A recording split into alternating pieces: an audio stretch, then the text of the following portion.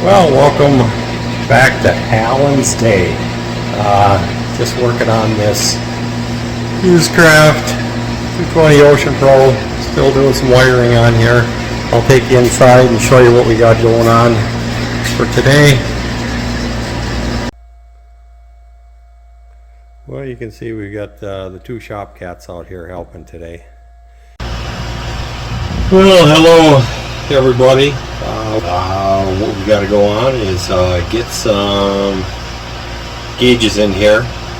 Not gauge, there is a gauge, voltage gauge, and also USB ports in here, so that when we got the crew sitting in here, they've got a place to plug their phones in and play their games. Well, we'll get started.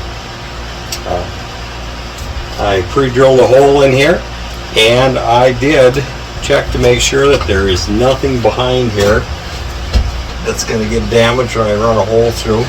So let's just start running and getting the holes in here.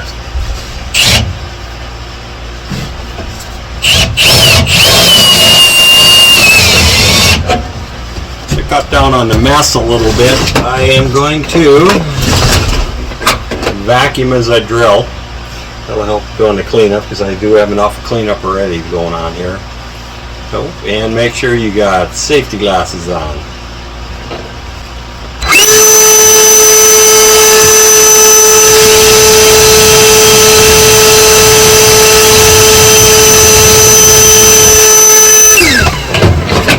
Well, one down. I've got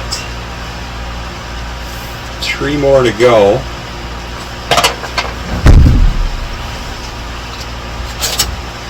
And I do have to do a little bit of hole cleanup on here.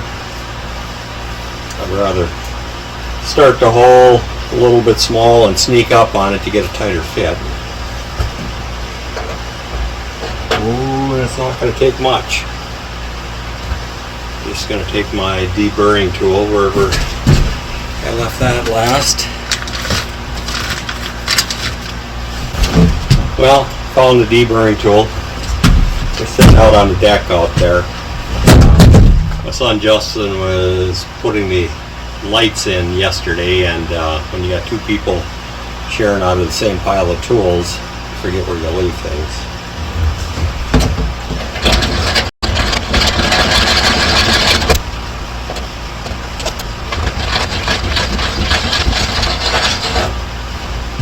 Deburring tool. It's got a sharp edge on it, and that's opening up this aluminum pretty good. Well, a little bit more. Ooh, perfect fit. Well, I will get this one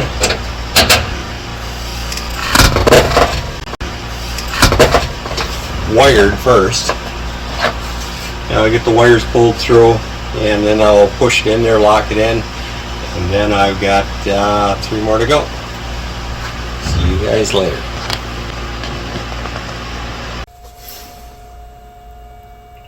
Well, I'm back again. I got all the holes drilled. Let me get you down in there and show you what we got.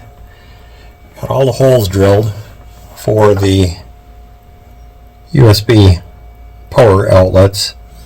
Tell you a little bit about these outlets, how they've evolved. Originally, everything was this style right here. You just plug it in, cigarette lighter style.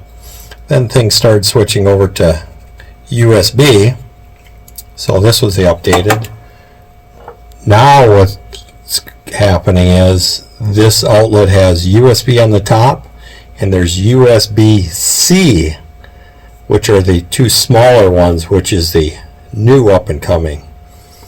So as long as I'm putting them in, I might as well update a little bit, because there is a lot of items that are plugging into those USB-Cs. I'm still going to use this one right here with this cigarette style power plug. Reason being is I've got a old 12 volt, it's called a lunch box. It's just you throw your food in there, you leave it sit plugged in for about 8 hours, you come back, and it's nice and warm and toasty. It's great for throwing in pasties or Hot Pockets or something like that. Come back at the end of the day and it'll be hot. So Anyways, this is going in here yet, hiding that back behind this corner here. So I will get started and get this wire pretty straightforward. Just going to start out with, got the wires all pulled through, run to the fuse box, strip the wires out. Be careful not to cut your fingers or the wires.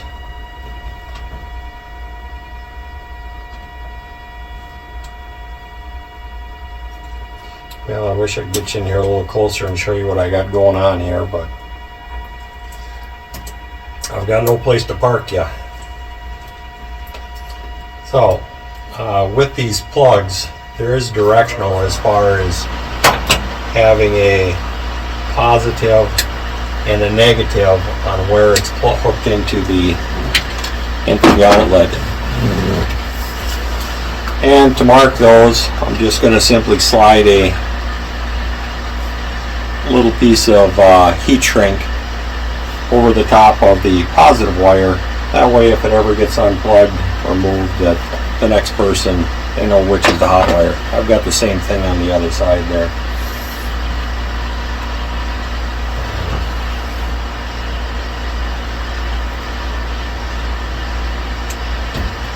Strip the wires back, and it's best if you got a real good quality set of wire strippers. I've went through quite a few different pair. The best ones I found are these particular ones are from Snap-on. So they're good quality. When they get dull, well, you know what? They go right back to Snap-on, and they give me a new set. So before I put the fitting on there, or the connector, I will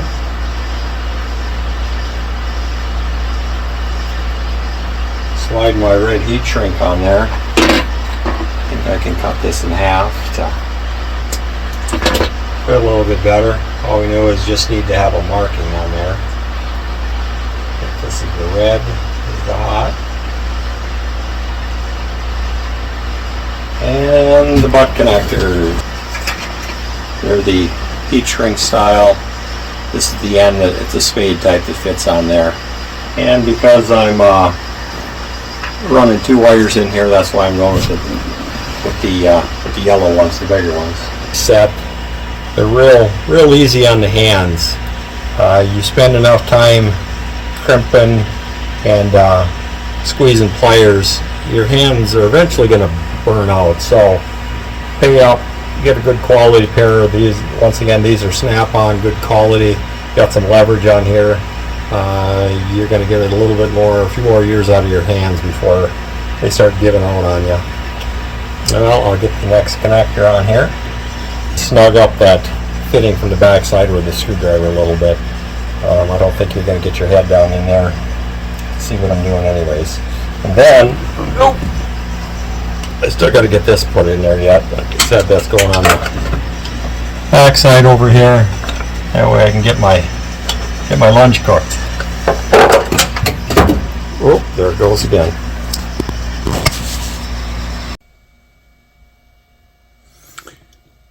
Well, I'm ready to wire up another outlet here. Well, I've got that in, and it's the USB and the USB-C and the volt gauge all in one on here. That way everybody can help monitor the voltage on the batteries. So I will show you how I terminate the wires in this block here. So I've got this wire. I make these boards up, quite a few different projects. That way I can run wires behind the boards, and I've got a series of holes put in here just randomly all over the entire board before I start, and that way I can just, wherever I need to, I can just run wires up into it. So I just fish the wire up through the back of the board, and cut it off right here. I like to leave just a little bit extra. That way I can tuck it in behind the panel there if I ever got to adjust it or do something different with it. So strip some wires back without cutting any fingers or wires, or cut.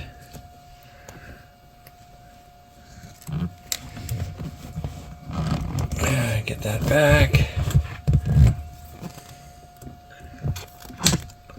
Nip it off and strip it.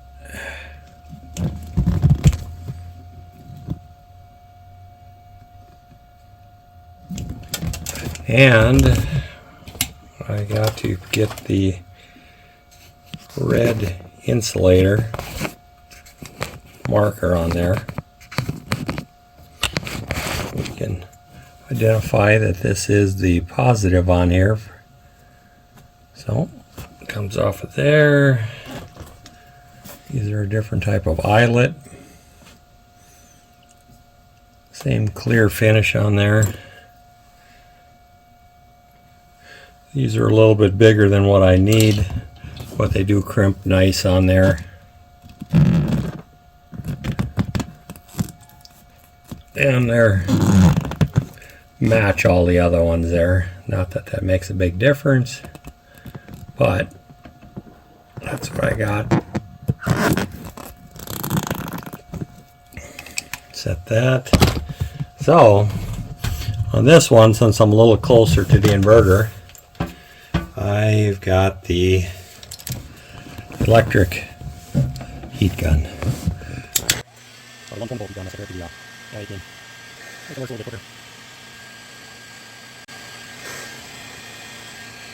And that's hot. And tighten my little marker on. And then it's just a matter of putting it into the screws. Hot wire goes down to the bottom of the bus bar. This is a pretty good brand that I've been getting these. I pretty much use these on everything just because it is a little bit higher quality. Snugged up there. Ground wire goes on the top.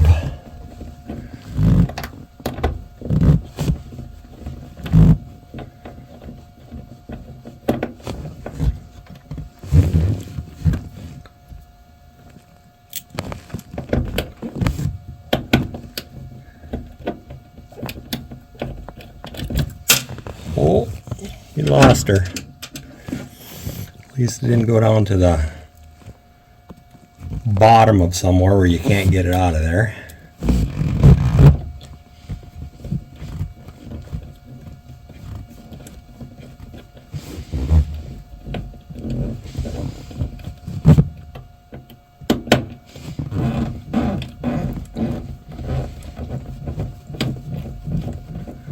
That one's being a little stubborn.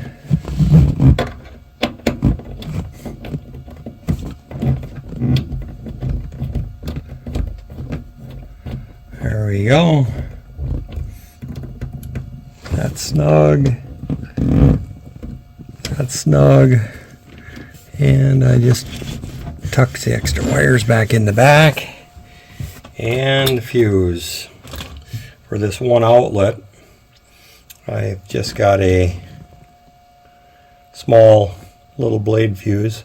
But, there again, just put just a little dab of dielectric grease on the ends of the,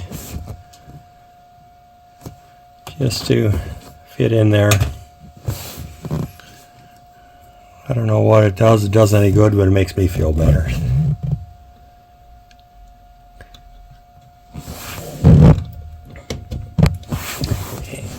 And voila, we get power. So that is how you hook up a USB port for there. Those, got them off of Amazon. They're relatively inexpensive. It's Blue Sea. There you go. Blue Sea system. I use that on quite a bit of stuff. We got the shop cat out here. That's Taz.